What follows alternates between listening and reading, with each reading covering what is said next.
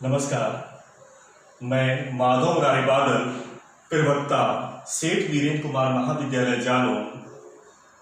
जैसा कि आप सब लोगों को पता है कि विद्यार्थियों तक ऑनलाइन कक्षाएं पहुंचाई जा रही हैं, जिससे विद्यार्थी लाभान्वित हो सकें। उसी कड़ी में आज हम अध्ययन करेंगे विशिष्ट आवश्यकता वाले बच्चों के प्रकार। जैसा कि हमने कल पढ़ाया था आपको कि समावेशी शिक्षा क्या होती है, इसका उद्देश्य क्या है, इसकी आवश्यकता क्या है और इसमें कौन कौन से बालक शामिल होते हैं। तो हमने आपको बताया था कि समावेशी शिक्षा ऐसी शिक्षा है जिसमें सामान्य बच्चों के साथ साथ विशिष्ट बालकों को भी शिक्षा दी जाती है।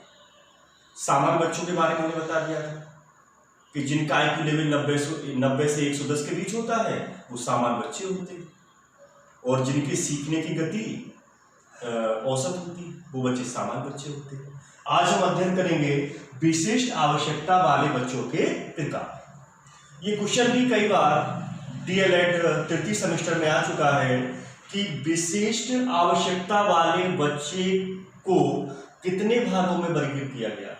इन्हें किया गया है 4 भागों में वर्गीकृत किया गया है। वो 4 भाग कौन कौन से हैं?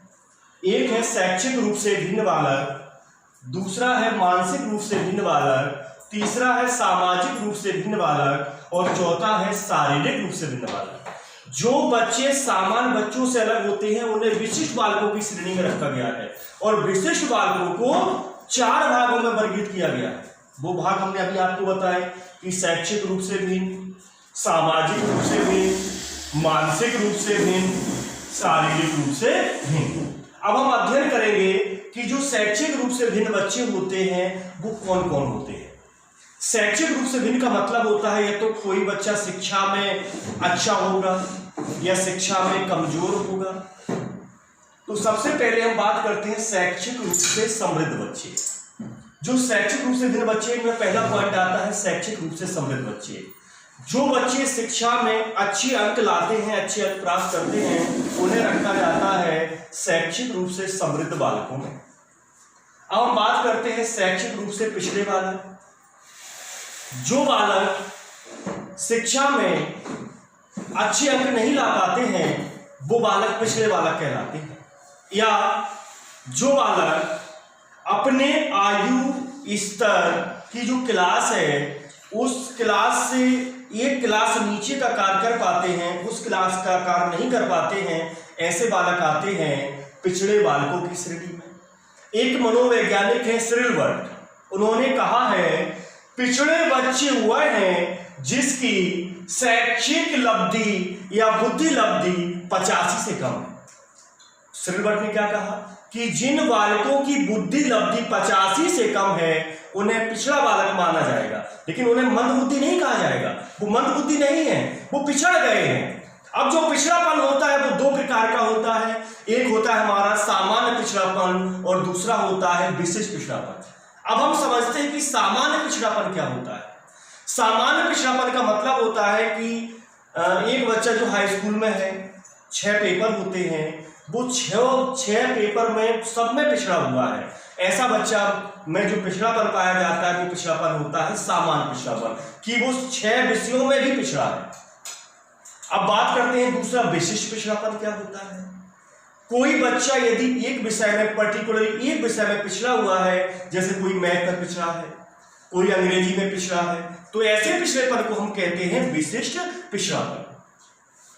अब हम बात करते हैं तीसरा पॉइंट सीखने की निर्योग्यता। इसे हम कह सकते हैं अधिगम अक्षमता, यानी कि सीखने में जो बालक अक्षम होते हैं, कुछ निर्योग्यताएं आ जाती हैं, कुछ अक्षमताएं आ जाती हैं, ऐसे बालक आते हैं सीखने की निर्योग्यता की श्रेणी में। इन बालकों का हम उचित ध्यान करके इनकी निर्योग्यता को दूर किया जा सकता है। ये निर्योग्यताएं कई प्रकार की होती हैं, जैसे लिखने में अक्षमता, पढ़ने में अक्षमता, गणितीय अक्षमता, बोलने में अक्षमता, सुनने में अक्षमता। तो इन अक्षमता या निर्योग्यताओं का पता लगाकर हम बच्चों की इन निर्योग्यताओं को दूर कर सकते हैं। अब हम आगे बात करेंगे चौथा इसका जो पार्ट है संप्रेषण बाधित। कुछ बच्चे ऐसे होते हैं वो संप्रेषण सही रूप से नहीं कर पाते। कुछ समस्याएं आती हैं, कुछ समस्याएं ऐसी भी होती हैं कि बोलने में दिक्कत आती है। कुछ बच्चे लखनऊ को नखलऊ बोलते हैं, जलेबी को जमेली बोलते हैं, तो कुछ ऐसी समस्याएं आती हैं। ये समस्याएं हमारी कहलाती हैं संप्रेषण बाधित समस्या। अब हम बात करेंगे जो विशिष्ट आवश्यकता वाले बच्चों के प्रकार हैं, इनका दूसरा प्रकार सामाजिक रूप से भिन्न बालक। अब सामाजिक रूप से भिन्न बालक कौन कौन होते हैं? इसमें पहला प्रकार है सामवेगिक रूप से परेशान बच्चे। यहां पर आपको गौर करना है, यहां पे सामवेगिक लिखा है और यहां पे सामवेदिक लिखा है, और दोनों में अंतर है। सामवेगिक का मतलब संवेगों से है और सामवेदिक का मतलब संवेदियों से है, ज्ञान इंद्रियों से है, जिनकी संख्या 5 होती है: आंख, नाक, कान, जीभ और त्वचा। मनोवैज्ञानिक क्या पूरा संसार मानता है कि बच्चा जो भी ज्ञान ग्रहण करता है बिना संवेदी के, बिना ज्ञानेंद्रियों के, बिना सेंसरी के ग्रहण नहीं कर सकता। तो जैसा कि हम यहां बता रहे हैं आपको कि सामवेगिक रूप से परेशान बच्चे कौन से होते हैं? ऐसे बच्चे जिन्हें संवेगों की कभी अधिकता हो जाती है, कभी कमी आ जाती है, कभी गुस्सा आ जाता है, कभी नहीं आता है। ऐसे जो बच्चे होते हैं वो सामाजिक रूप से भिन्न होते हैं और ये सही रूप से समायोजन नहीं कर पाते। अतः यदि इनका विशेष ध्यान दिया जाए तो ये समाज में अच्छी तरह से समायोजन कर लेंगे। अब बात हम करते हैं असमायोजित बच्चे कौन बच्चे होते हैं? ऐसे बच्चे जो घर, परिवार, विद्यालय में समायोजन स्थापित नहीं कर पाते हैं, ऐसे बच्चे कहलाते हैं असमायोजित बच्चे। वो स्कूल जाने से मना कर देते हैं, बोले हमें वहां अच्छा नहीं लगता है, तो ऐसे बच्चे कहलाते हैं असमायोजित बच्चे।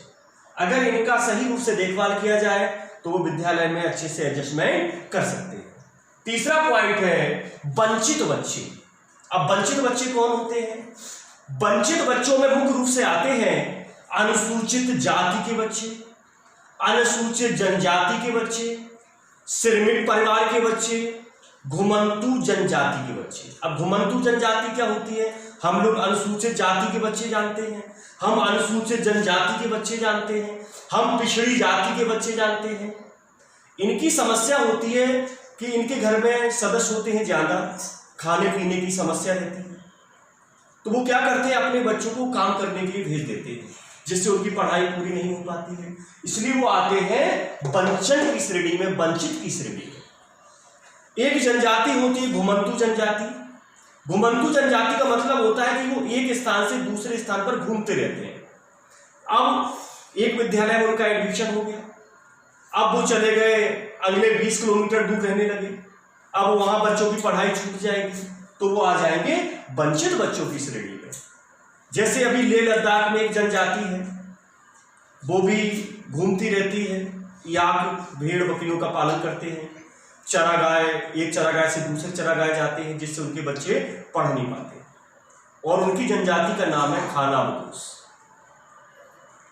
तो जो वंचित बच्चे हैं, यदि हम इनका सही रूप से ध्यान दें, जिस गांव में ये घुमंतू जनजाति के बच्चे ठहरे हुए हैं, तो वहाँ का जो प्रिंसिपल है, वहाँ का जो प्रधान है, उसकी जिम्मेदारी है कि ऐसे लोगों को चिन्हित करके उनका एडमिशन अपने विद्यालय में कराया जाए और जहाँ से उनकी पढ़ाई छूटी वहीं से स्टार्ट किया जाए। तो अभी आपने सामाजिक रूप से भिन्न बच्चों में अध्ययन किया, सामवेगिक रूप से परेशान बच्चे, असमायोजित बच्चे, वंचित बच्चे, और हम अब चर्चा करते हैं समस्यात्मक बच्चे कि समस्यात्मक बच्चे क्या हैं। जो बच्चे घर में, परिवार में और विद्यालय में समस्या उत्पन्न करते हैं, ऐसे बच्चे कहलाते हैं समस्यात्मक बच्चे। अब ये समस्या कैसी होती है? चोरी करने वाले बालक। अब बालक घर में चोरी करता है तो वो विद्यालय में भी चोरी करना सीख जाएगा। झूठ बोलने वाले बालक, धोखा देने वाले बालक, विद्यालय में देर से आने वाले बालक, कक्षा से भाग जाने वाले बालक, ये सारे बालक आते हैं समस्यात्मक बच्चों की श्रेणी में, क्योंकि ये समस्या उत्पन्न करते हैं, चाहे वो कक्षा हो, चाहे वो विद्यालय हो, चाहे घर हो, चाहे परिवार हो। यदि इन बच्चों की सही रूप से देखभाल की जाए, निरीक्षण विधियों के माध्यम से, अवलोकन विधियों के माध्यम से, तो इनको सामान्य बालकों की मुख्य धारा में जोड़ा जा सकता है। अब हम बात करते हैं बाल अपराधी बालकों की। कुछ बच्चे आपने देखा होगा जो छोटे में ही गलत संगत में पड़ जाते हैं और बाल अपराधी बन जाते हैं। जेल में भी जाना पड़ता है। इनके लिए सबसे अच्छी व्यवस्था होती है पुनर्वास। इन्हें कहीं ऐसे दूर स्थान पर रखा जाए जहां इनकी जो संगति के लोग थे, बुरी संगति के लोग थे, उनसे इनका मेल मिलाप ना हो, तो ये बाल अपराधी से सामान्य बालकों की मुख्य धारा से जुड़ सकते हैं। अब बाल अपराधी कई तरीकों से हो सकता है। घर में मनोरंजन के साधन नहीं है, आर्थिक स्थिति अच्छी नहीं है, ये सारी चीजें हमें बाल अपराधी की ओर ले जाती हैं। विद्यालय में भी बच्चा बाल अपराधी बन सकता है, उसकी कुछ आकांक्षाएं हैं, उनकी पूर्ति नहीं है, या जो शिक्षक है वो अच्छा पढ़ा नहीं रहा है, या बच्चों के साथ गलत व्यवहार करता है। तो ये कई ऐसी चीजें हैं जिनसे बालक बाल अपराधी बन जाता है। हम बात करते हैं माता पिता द्वारा तिरस्कृत बच्चे। कुछ बच्चे ऐसे होते हैं कि माता पिता उनका तिरस्कार कर देते हैं। कि इसका प्रमुख कारण है, जो माता पिता जो बच्चे का तिरस्कार कर देते हैं, इसका प्रमुख कारण है माता पिता की आपसी लड़ाई। अब बच्चे बेघर हो जाते हैं, उनकी पढ़ाई पूरी सही ढंग से नहीं हो पाती है। ऐसे बच्चों का अगर हम ध्यान रखें, कुछ अनाथ बच्चे होते हैं, ऐसे बच्चों का अगर हम सही ध्यान रखें तो वो समाज की मुख्य धारा के साथ उन्हें जोड़ा जा सकता है। तो अभी आपने दो प्रकार का अध्ययन किया, शैक्षिक रूप से भिन्न बालक और सामाजिक रूप से भिन्न बालक। अब हम अध्ययन करते हैं मानसिक रूप से भिन्न बालक। मानसिक रूप से जो भिन्न बालक होते हैं उनमें आते हैं प्रतिभाशाली बालक, सृजनात्मक बच्चे और मंद बुद्धि बच्चे। प्रतिभाशाली बालक क्या होते हैं? जिनकी बुद्धि लब्धि 140 से ऊपर होती है, ऐसे बालक होते हैं प्रतिभाशाली बालक। जैसा कि कॉल समिट की एक परिभाषा है, वह प्रत्येक बच्चे जो अपने आयु स्तर के बच्चों में किसी योग्यता में अधिक हो और जो समाज के लिए महत्वपूर्ण नया योगदान कर सके, ऐसे बच्चे आपके हो जाएंगे सृजनात्मक बच्चे। अब देखो प्रतिभाशाली और सृजनात्मक में क्या अंतर है? सृजनात्मकता का मतलब होता है नवीन विचार से और नवीन वस्तुओं के निर्माण से, लेकिन नवीन वस्तु का निर्माण ऐसा हो जो हमारे समाज के लिए उपयोगी हो। यदि हमने जो चीजों का निर्माण किया है वो समाज के लिए उपयोगी नहीं है तो बालक में सृजनात्मकता नहीं मानी जाएगी। जो सृजनात्मक बालक तभी होगा जब वो नए विचार और नए वस्तु का निर्माण करे जो समाज के लिए उपयोगी हो। प्रतिभाशाली बालक और सृजनात्मक बच्चों में यही अंतर है कि जो प्रतिभाशाली बालक होते हैं इनका आईक्यू लेवल बहुत अच्छा होता है, और जो सृजनात्मक बच्चे होते हैं ये एक क्षेत्र में अच्छे होते हैं। जैसे हम एग्जाम्पल लेते हैं विराट कोहली का। अब विराट कोहली क्या है, वो पढ़ाई में बहुत कमजोर था, तो हम उसे पिछड़ा बालक कह सकते हैं? हाँ, कह सकते हैं, क्योंकि जो प्रतिभाशाली बालक है यदि वो अपने आयु स्तर के बच्चों से कमजोर है तो पिछड़े बालक की श्रेणी में जाएगा। लेकिन विराट कोहली को हम प्रतिभाशाली बालक कहेंगे, क्योंकि कौन सा ने क्या कहा है? उन्होंने कहा है कि वह प्रत्येक बच्चे जो अपनी आयु स्तर के बच्चों में किसी एक योग्यता में, देखो विराट कोहली किसमें देखे, वो क्रिकेट बहुत अच्छी खेलता है। अगर कोई व्यक्ति अपनी आयु स्तर की जो क्लास है किसी एक योग्यता में अधिक है तो वो प्रतिभाशाली बालक माना जाएगा। तो हमने अभी दो बालकों का अध्ययन किया, प्रतिभाशाली और सृजनात्मक बच्चे। अब हम बात करते हैं मंद बुद्धि बच्चे। तो जिनका आईक्यू लेवल 70 से कम होता है वो बच्चे कहलाते हैं मंद बुद्धि बच्चे। ये क्या है, इनके धीमी गति से सीखते हैं। जैसे ये क्लास 7 में पढ़ रहे हैं तो ये 6 का सीख पाते हैं, फिर 8 में पहुंच जाते हैं तो 7 का सीखते हैं। ऐसे वो मंद बुद्धि बच्चे होते हैं, धीमी गति से वो सीखते हैं।